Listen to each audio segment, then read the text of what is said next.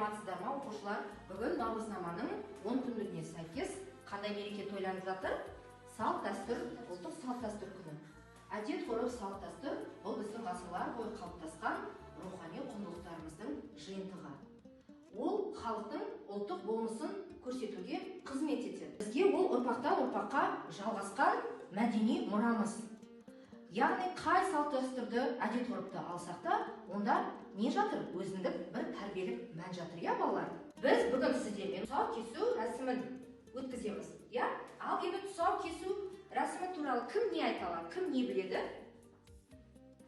Айта ғой. Тұсауды кескенде жіпті қашым емес, пышақпен кесу керек. Иә, кімнің? Иә, қандай жастағы баланың тұсауын кесеміз? Бір жасқа, иә, тұсау кесу рәсімінің тарихы, орындалу жаңағы ережесі түсінікті болса, барлығымыз қазір осы баламыздың тұсауын кесейік, иә балалар? Бұл рәсім баланың жолы ашық, өмірі жеңіл болсын деген ниетпен жасалады. Баланың тұсауын кесетін адам алдын ала таңдалады. Әдетте елге сыйлы, жүрісі шапшаң, өмірі өнегелі адам таңдалады. Баланың екі аяғын ала жіппен байлайды. Көбіне ала жіп пайдаланылады. Ала жіптің мәні бала ешкімнің ала жібін аттамай, адал өмір сүрсін деген ниет.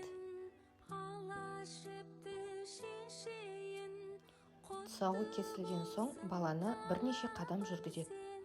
Баланың жолы ашық, қадамы нық болсын деп ақ жол тілейді. Үлкендер балаға ақ бата береді. Шашу рәсімі соңында қуаныш ретінде тәттілер немесе тиындар шашылады.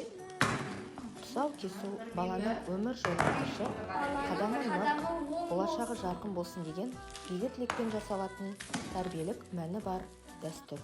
Қадамын нық болсын, жолын ашық болсын, апамның қуанышы бол.